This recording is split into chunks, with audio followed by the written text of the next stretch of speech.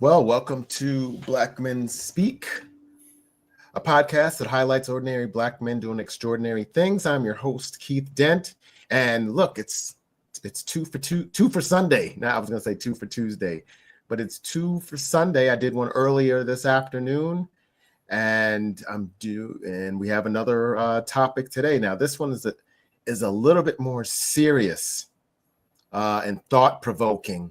It's dealing with our job crisis, especially amongst Black men. And we have an expert in that, and I'll talk about him shortly.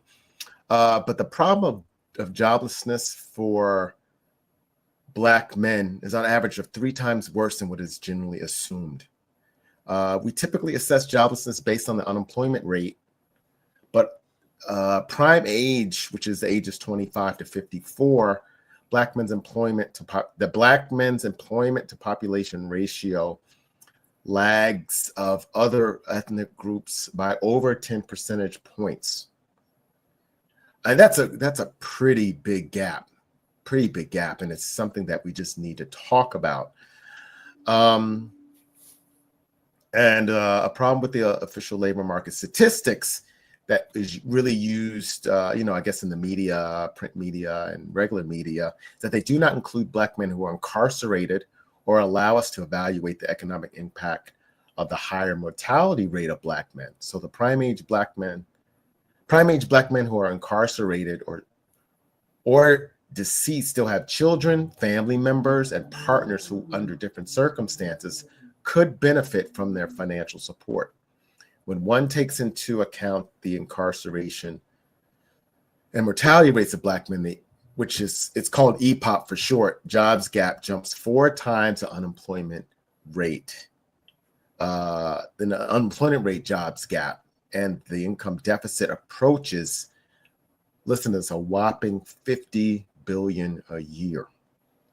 So to really break this down for us and to talk more in depth about this issue, our guest today is Algernon Austin, and he is Director of Race and Economic Justice at the Center of Economic and Policy Research. Algernon has conducted research and writing on issues of race, racial inequality for over 20 years. His current primary focus is on the low rate of employment in Black America, one of the 3 major labor market challenges facing this population, and are using subsidized employment as a tool to address the problem. Austin has also had an interest in social housing, infrastructure, racial wealth inequality, and other topics at the intersection of race and economy. So, Algernon, welcome to the Black Men Speak podcast. How are you? I am doing well, and I'm happy to be here. I'm happy that you dedicate time and space to the issues facing Black men. It's really important. Great. So I know that I talked a little bit about EPOP, but as the expert, could you really explain the difference between the metrics and why EPOP is more revealing as far as unemployment rate among Black men? Yes. So the unemployment rate is fine on average. It's important to be aware that the unemployed, to be counted as unemployed, it's a very specific definition. So in the week that the survey is executed, you have to be jobless, but also actively looking for work. You have to be applying for jobs. Oh, wow. Okay. Asking for people for jobs. So merely not having a job is not enough to be counted as unemployed. And it's for this reason that there are many Black men who are jobless, but are not being counted as unemployed. So they may be jobless.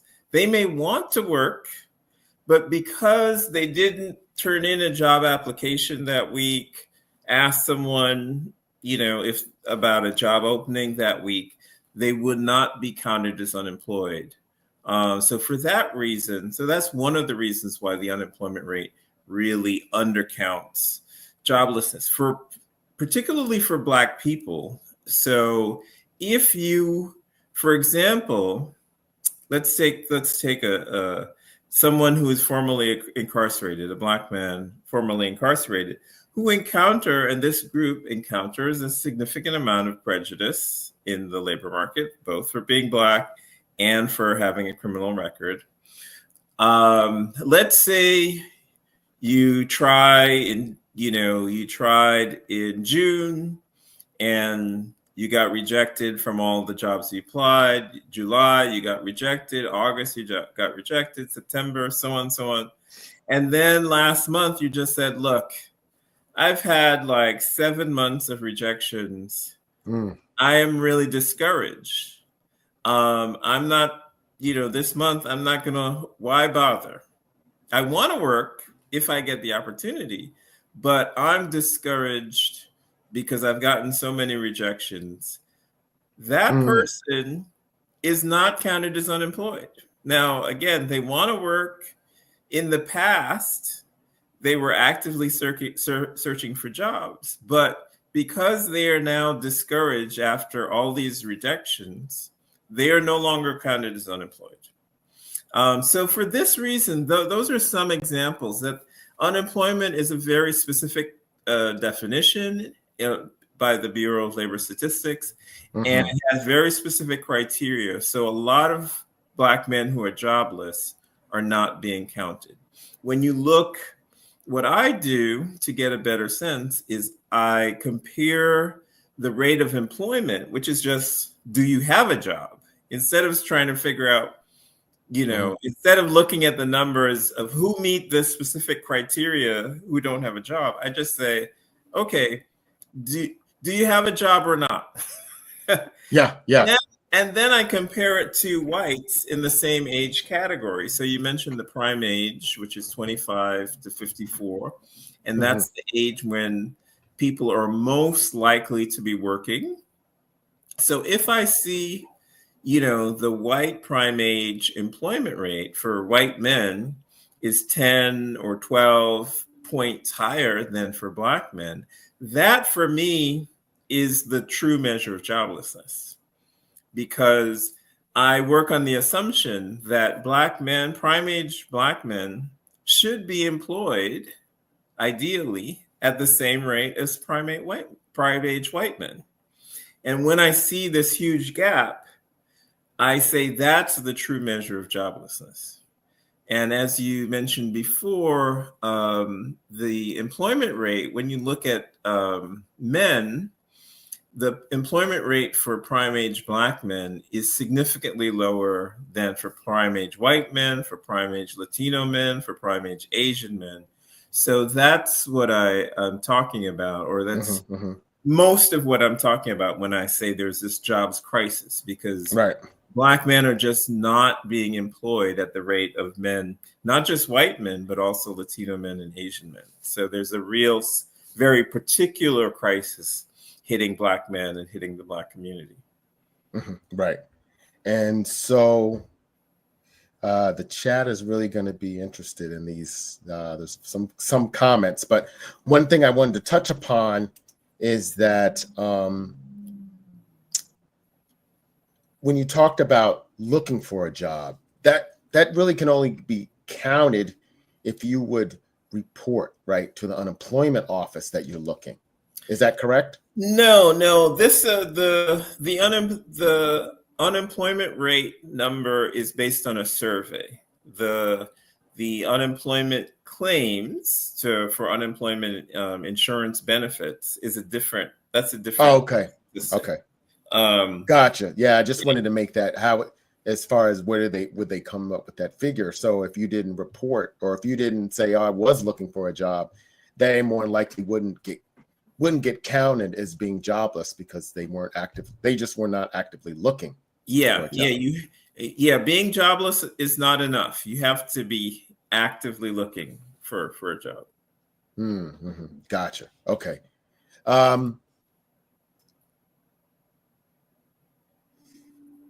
So you noted that it lags behind other groups. the Black EPOP lags behind other groups. And it translates to approximately 900,000 positions. And so in your opinion, why is there such a disparity? Well, I think you have to trace it back to sort of anti-Black discrimination, both at the individual level and the community level, because many Black communities have high rates of poverty, have suffered from history of redlining and other forms of, discrimination associated with segregation, so that there's less economic development.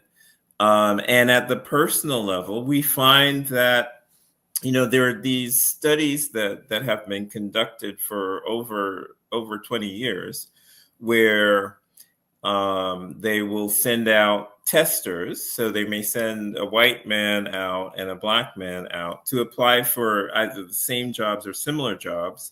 And these testers in that situation are going to be trained to present the same information in the same way. So they are testing for discrimination. And when these studies are done, they typically find that employers, although both the white man and the Black man are presenting the same qualifications, the white man gets more positive response from employers. So they get callback for additional interviews, or they get the job offer. You see much more positive response to the Black candidate to the white candidate than the Black candidate. They also do this with resumes. So they'll send out, basically identical resumes, and one resume will have the name, a stereotypically white name, like, maybe George or Jeff, and another one will have a stereotypically Black name like Jamal or Tyrone. And the one with the stereotypically white name, again, more positive response. So and you've heard about are they still doing those types of tests? They are. And there was a massive one that was done a few years ago. And yes, and it still finds discrimination. That massive one was, because it was so large, you could actually look at different categories of employers and look at specific firms. So the shocking thing is that some firms that were technically under affirmative action were still discriminating against Black candidates based on the data that the study. So yes, and I was going to say and I never even thought about, is that even the case?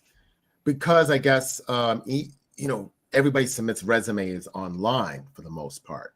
So how would you say a person discriminates against a resume online? Well, you can look at the name, like I said, stereotypical name. You can look at the address. You can look at affiliation. So if you put that you're a member of a Black fraternity, or that we were before we came on, we were talking about the National Urban League. You were part of the youth division of the National Urban League or the NAACP, and that's on your resume. Oh, right. So they could use programs to screen for those types of things. Yeah. They're cues, and when they first started using machine learning to screen these things, I forget who it was, if it was Amazon or some other company, but this was the very first iteration. Hopefully it's much better than that now. Right. But the very first iteration, there was a tremendous amount of discrimination because the algorithm said your firm is disproportionately white and male, so a good candidate is a white and male candidate. So the algorithm was just automatically discriminating against people who were white and male. Right. Because it just read that as, oh, this is how I select a good candidate. I find someone who's white and male. Right. Yeah. So with such a gap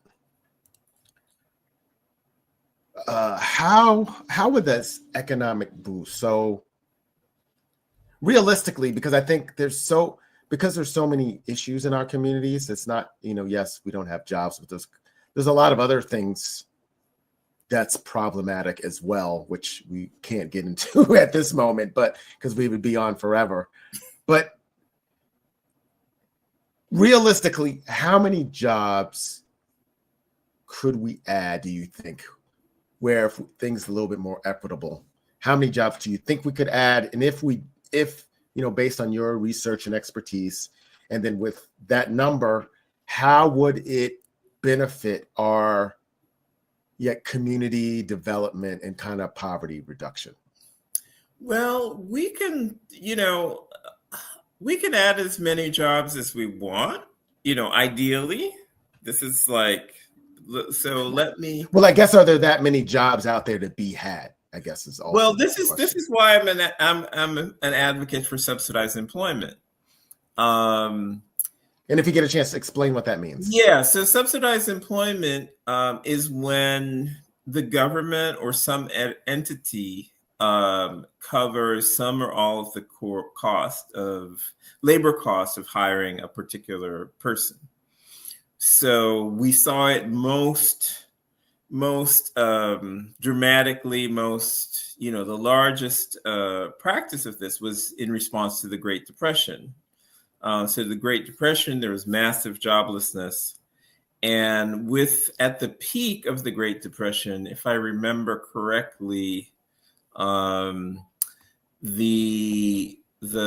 Works Progress Administration, which was overseeing these employment programs, hired, I forget how many hundreds of thousands, but several hundreds of thousands of Black workers.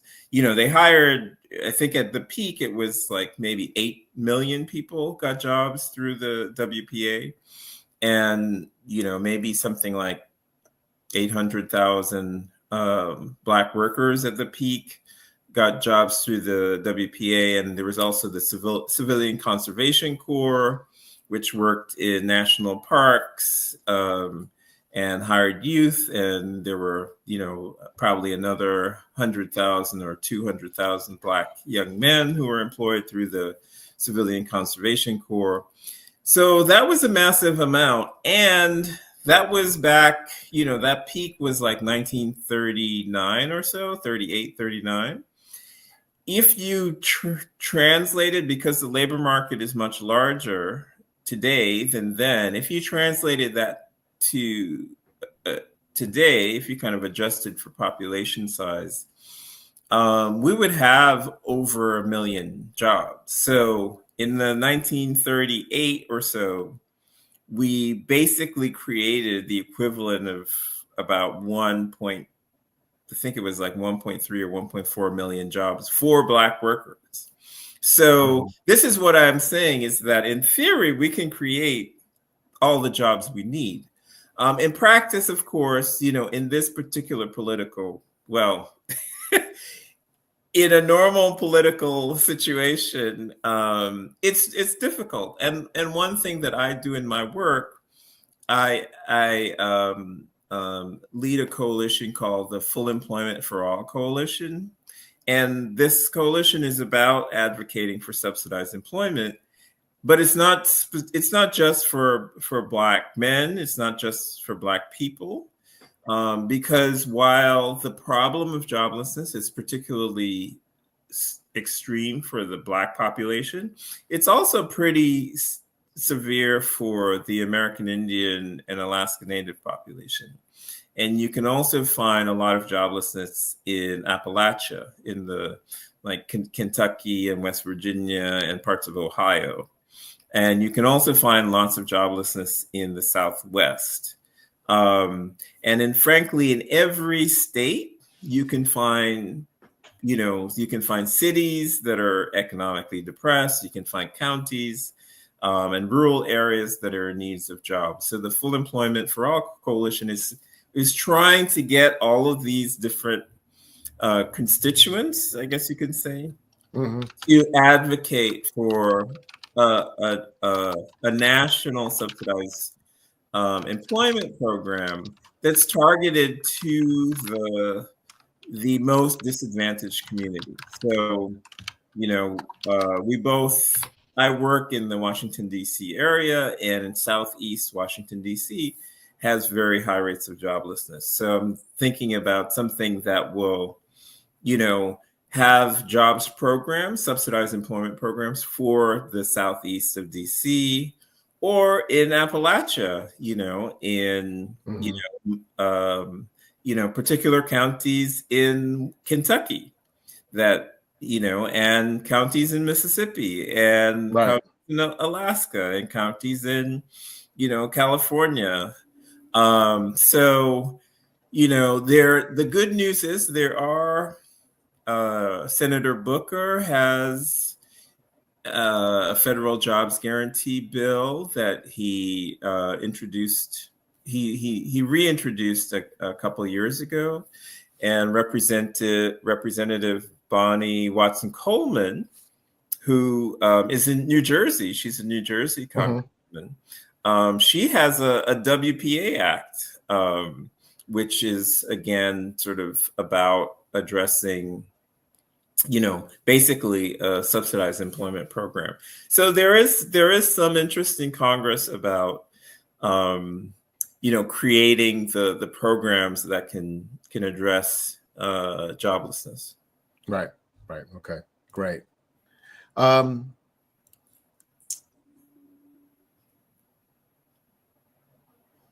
So I wanted to talk about kind of bring it down, because usually jobs also have to deal with education. So the less education, the lesser type of job that we can obtain. So to what extent do the differences of educational attainment and access to vocational training contribute to our employment disparities highlighted from the article? Yeah, they definitely play a role, but again, yes. Let me first focus on the role. Yes, so you find that the higher your educational attainment level, the lower your unemployment rate, and also the higher your employment rate. So yes, if we improve the educational attainment of the Black population, that would be very helpful. If we improve educational achievement, that would be very helpful. Absolutely. The two sort of things to keep in mind, however, is that unfortunately, although we had the Brown decision that was supposed to end separate on unequal education, we still find that on many measures, well, our schools are still, the average Black child is still going to a largely segregated school and largely unequal school in terms of measures of quality. So that contributes to worse educational outcomes, as well as, the various problems in the community that stems from poverty. Additionally, we do find that, if you look at the unemployment rate at the same educational level, you're still going to find a disparity. So it's much better to be a Black person with a bachelor's degree than a Black person who just has a high school diploma, for example. That's true. But it's much better to be a white person with a bachelor's degree than a Black person with a bachelor's degree. So it does help, but the problems of inequality and discrimination in the labor market also persist. But yeah, it's really there's a bit of a chicken and egg dynamic, not really a chicken and egg, but sort of mutual reinforcing, a bit of a cycle, because if a child grows up in a family with less poverty and less, economic stress, that child tends to do better in school. So if the parents of the child are employed and employed in good jobs, then the child will do better. And when the child does better educationally, then the child's own economic outcomes are better. So helping the child's parents get good jobs is also contributes and is helpful for increasing the educational achievement of the child. Gotcha. Mm-hmm. So my bachelor's degree doesn't go as long a way as another person's bachelor degree. That's what you're saying. Well, on average, yeah. I'm talking at the population level. Right, so right. Yeah, I know. There may be one individual where it does. They may. Yeah, but and also mm-hmm. importantly, aren't relationships also very important in that Absolutely. aspect? And someone had mentioned it early in the chat that relationships also are important. And if you're looking for a job in that particular field that you studied and you don't have the relationships that others may have, it makes it also that more difficult. No, social networks are extremely important. There's a study that I like to reference, an excellent study by sociologist Deirdre Royster. She studied graduates from a vocational high school in Baltimore, and she studied the young Black men, the young white men. They both had same grades, same same training, etc. Mm-hmm. The white young men were able to get good blue collar jobs. They were able to get work in construction, etc. Although their Black classmates took the same classes and they weren't as successful. And what she found was the white young men were networked to people who already had those jobs. They had fathers and uncles who were in these trades, these blue collar trades.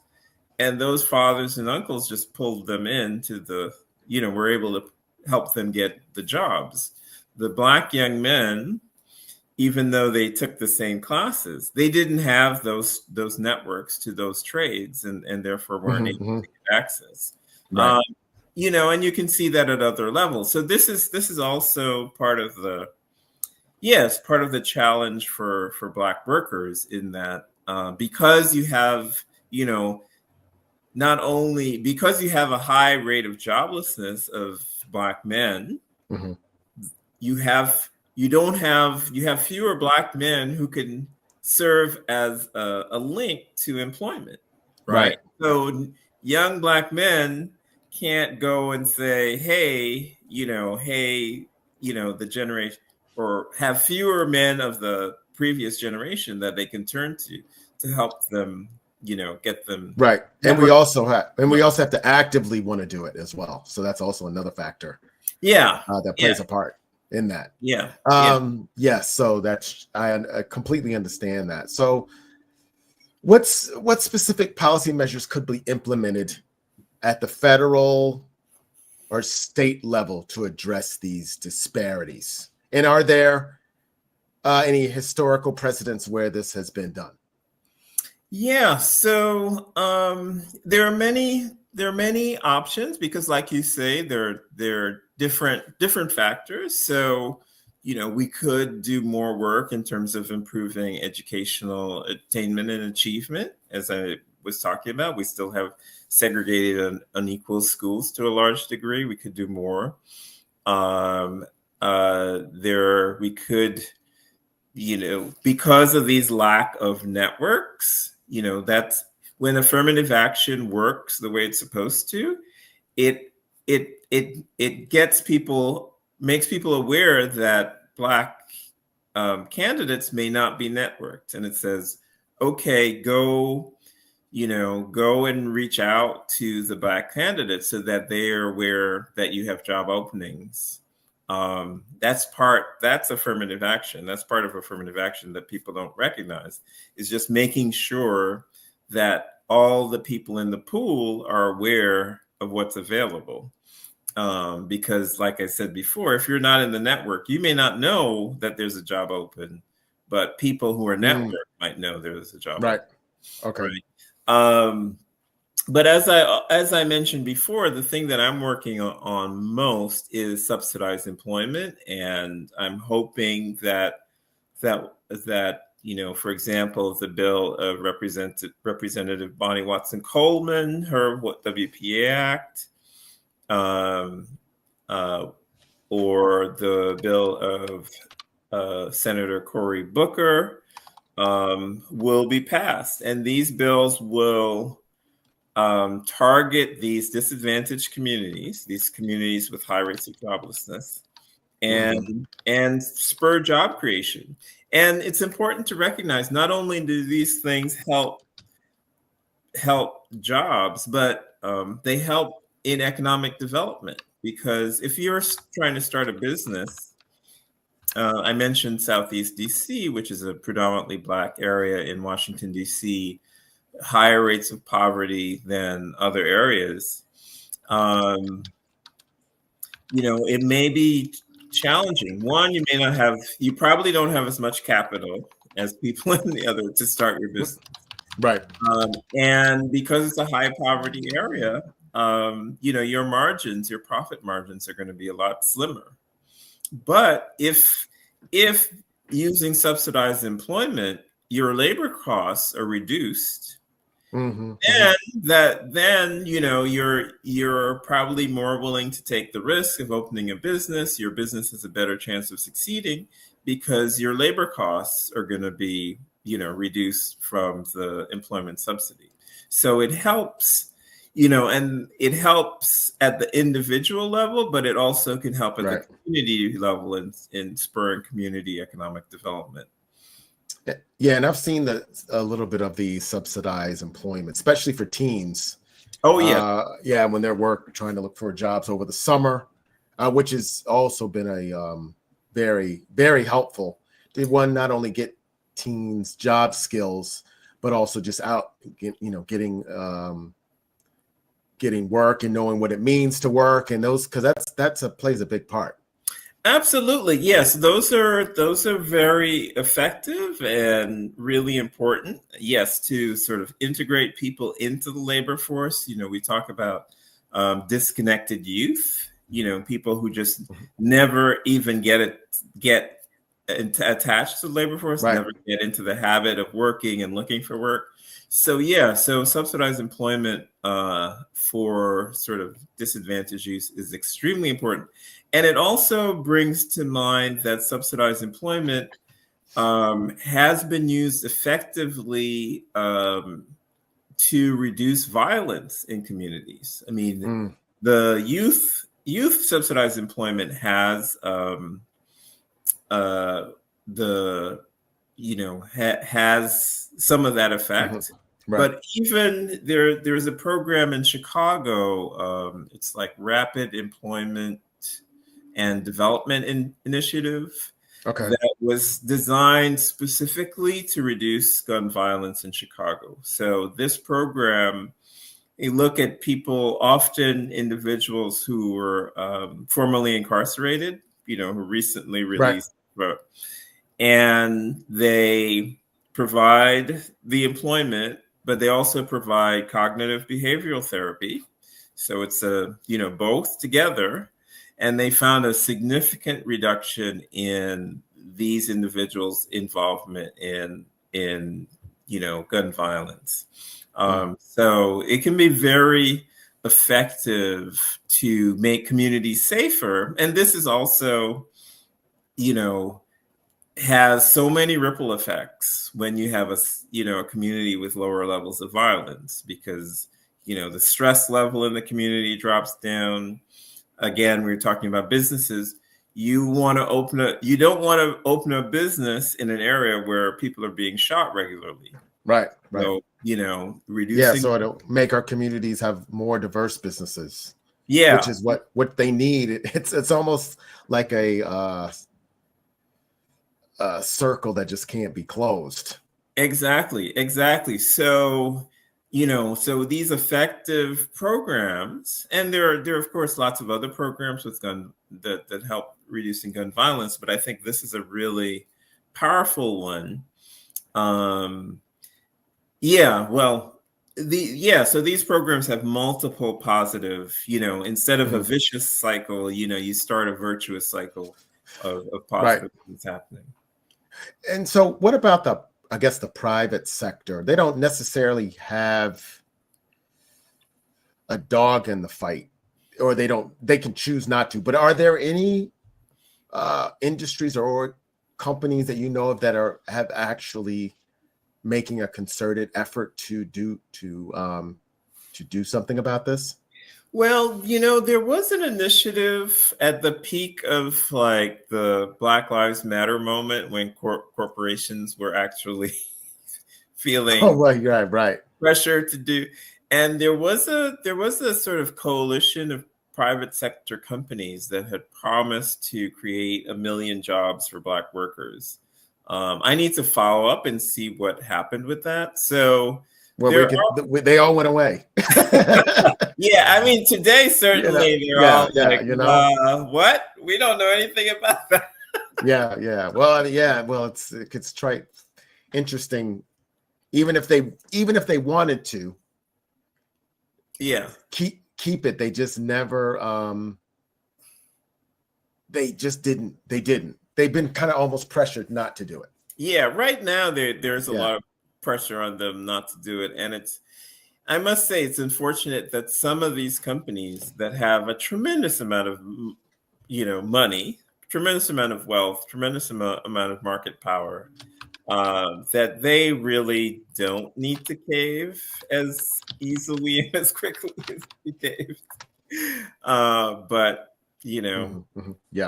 so it is certainly possible if a company, particularly a wealthy company, wanted to have some sort of program. A lot of companies have apprenticeship programs, which are kind of one, you can think of it as one step below subsidized employment. And those are training programs where people are being paid as they learn the job. So those are also very effective because you are not learning, something abstract that may or may not apply to your work. You're actually learning the job, and you're not like in a school or a college where you're spending money and you're not sure if what you're learning, if an employer will value it. With an apprenticeship, it's the employer who's running the program. You're learning how to do the job, and you're not going into debt doing it because you're receiving a certain amount of money as you learn. Yeah, so those are great programs, and you find private companies doing that. I'm not sure. I'm not sure to what extent the Department of Labor subsidizes that. I know the Department of Labor often certifies it to, there's a certified apprenticeship, but I don't know if there's a subsidy around it. Right. And I had a comment. I got a comment from NYC XMO, and they claim, or they made the comment that hopelessness sometimes also leads to joblessness. So is that the case, or just is it the other way around, that because they don't have a job there's no hope, or is it because they have no hope because they just can't go out and get a job? Yeah, well, it's certainly a cycle, right? So I gave the example at the beginning. You are formerly incarcerated. You're a Black man, formerly incarcerated. It's not hard, I think, for most people. It's not hard to imagine that employers are not, might not be eager to hire you. And then you accumulate a lot of rejections. And you develop this hopelessness. But of course, because you're no longer trying to find work, then you're not going to find work if you're not trying, right? So maybe a month later, there's an opportunity or there's a program, like this Ready program opens up, but you don't take advantage because you've just given up completely. Right. But it's a cycle. I think it's important to put it in the big context. Right. And it's right. And especially, and which I've seen, or it's kind of weird, is that even like for teens and young people, because we did talk about the 25 to 54 age ranges, that, there used to be young people jobs. You worked at the retail, you worked at McDonald's, you worked at Wendy's, but then you find that older people are working those jobs. So then the young people don't get the job experience that they need, just so when they're trying to go for the job that they want, maybe right out of school, or do you have any job experience? Well, no. Like, well, how come? Because as adults are working at the Wendy's, No, there's a statistic that the Bureau of Labor Statistics collects, and it's involuntary part-time. So these are people who would like to work full-time, but they can only find part-time jobs. And, not surprisingly, Black workers are more likely to be involuntary part-time than white workers. But the part-time work used to be, disproportionately, or there used to be a lot of part-time jobs that young people had access to. But yes, now more and more you're finding that it's adults in those part-time jobs. They may want to work full-time, but that's what they can get. Unfortunately, the labor market, increasingly employers are finding that, they want to hire people for less than full-time, and people also on erratic schedules, because it's more efficient from the employer side, right? If I hire you part-time, I can often pay you less, don't have to pay you benefits. And if I can say,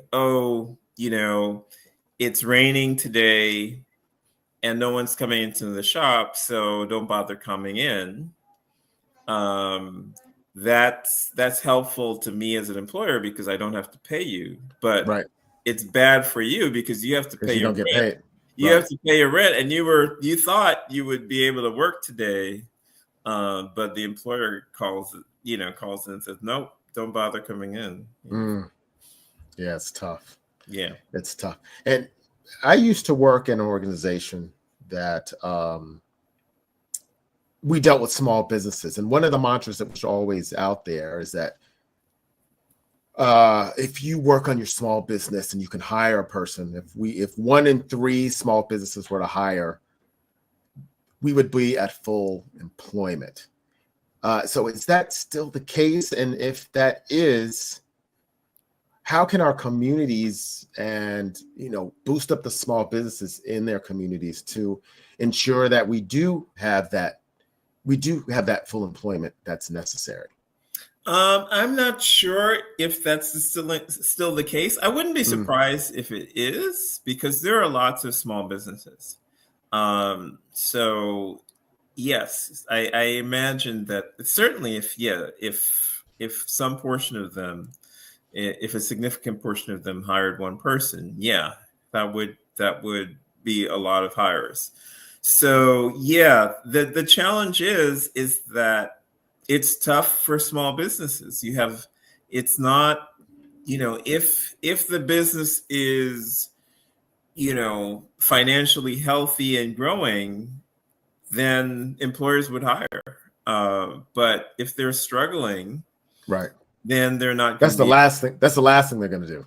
Yeah, because of everything that goes along with it is not, because you're not only just paying the salary, you're paying the employment tax and you're paying for, Right. I know you definitely may not be paying for insurance, but if you are, then that's also something else that affects the bottom line of the business. So, that other thing. So I think one of the questions I wanted to ask, because I know, I don't know if this is the case, but given that the traditional unemployment rates may underestimate the severity of joblessness among, Black men, but also the Black community, how can the media and policymakers better communicate the true scope of the crisis? That is an excellent question. I try to do that in my work. I do my reports and we send it out to the media, and I hope that it gets some coverage. So I think. And does it get the coverage that you expect? No, I do get some coverage. I have gotten some coverage at various times, but it's not enough to really reorient to how people think. I just keep trying. It's hard because the unemployment rate, for example, is fine at the national level overall, but it's a national average, so it's hiding a lot of information. But even it's one thing for the national media to kind of ignore this issue, but I think there are even organizations dedicated to the Black community or to Black people who haven't tuned in, and who haven't recognized that the unemployment rate really undercounts the story. So actually, now that I think about it, I need to do more work really reaching out to those organizations and trying to get them at least to pay attention to this issue. Well, that's why you're here. That's why you're here. But also, so we can this out, and then go ahead. One more thing. It's that your audience can also help, because if your audience understands and appreciates this, they can help me, help not just the sort of Black advocacy organizations, but also the other organizations that they can use their voice and say, hey, that number is fine, but if you really want to understand Black joblessness, you should be looking at the employment rate gap. Yes, chat. We got to make this go viral so we can start to make some policy changes. So Algernon, I really appreciate you being on today, and just shedding light on the crisis that is, and I just say, in essence, it's plaguing our Black communities, because in essence, if part of our community is suffering, that means we're all suffering. So I really appreciate that. So this question, I always have this as a surprise, because I always like to get a real-time answer so you don't think about it. So we're doing so much. We do so much in our communities and just in our families to support them all. We may not always necessarily think of ourselves, and just taking time to think. So my question is always, as we close, is, as a Black man, how are you feeling, and what is on your mind right now? Oh my goodness. You want the honest answer? Absolutely. Honesty is what is helpful, because we don't always share those things. We can mask because we just keep it moving. And so it may not necessarily shed light. So I'd love actually, I'm feeling a little better today than last week, for example, because this administration has been very aggressive in terms of attacking affirmative action, attacking civil rights. I forget which civil rights office that I just read in the paper, a day or two ago was shut down. And that has depressed me considerably. That we spent all this time talking about all the disadvantages that Black people face in the labor market. Black men in particular. We talked about the discrimination. We talked about the low rates of employment. And to think, they recently shut down we were talking about business, the Minority Business Development Agency, to deal with an administration that thinks that suggests that Black people are the advantaged groups, that we're getting all these things that we don't deserve. It's just, it's kind of mind-boggling. It's like, which planet are you living on where Black people have all these, you hear people say like, oh, Black people have all the good jobs. They can get any job they want. It's like, what planet is this on? Because I don't know where this is. Right. Anyhow, but, seeing the protests yesterday, that there are people who also agree, like, no, this does not make sense. I don't agree with where this country is headed. I feel better. So that's my honest answer, is that I'm hopeful that there will be some more sanity in our public policy in the future. Yes. Because what's going on now is not based on the facts. And it's not healthy for the country.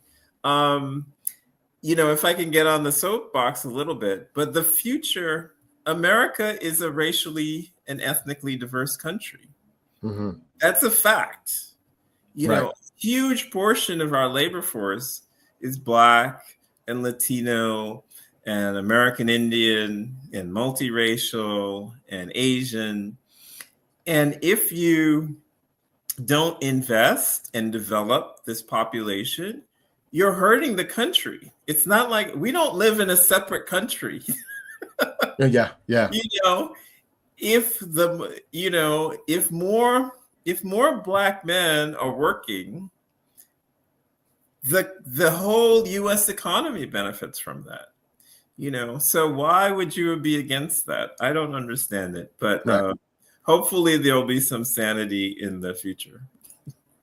Yeah, and I think hopefully we'll and I didn't get to see the rallies, but I think if we rally behind, the whole "Make America Great Again," but that means if all America is great, we'll be great. That's just kind of simple. That's just a simple way to think about it. And somehow, unfortunately, that's been it's been kind of polarized as a rallying cry. And if it was more inclusive, though, it would just make everything better. And hopefully it will. Yeah. Hopefully it will. Hopefully people will recognize that, hey, this is a huge part of the American labor force. Let's make sure these people's potential is being maximized, because that's the American economy. Right, because we do love to spend. So if we got more money to pockets with that, we'll spend more. So consumers are what, two-thirds of the U.S. economy. That's a whole nother topic. We're not all going to save our funds. So there you go. Well, Algernon, I want to appreciate you being on today on the Black Men Speak podcast. I really look forward to hearing more about your work and, definitely the advancements that come. Yeah. And again, thank you for having me on, and thank you for doing the work that you're doing. It's really important that we, address the issues facing Black men today. Thank you. Hold on.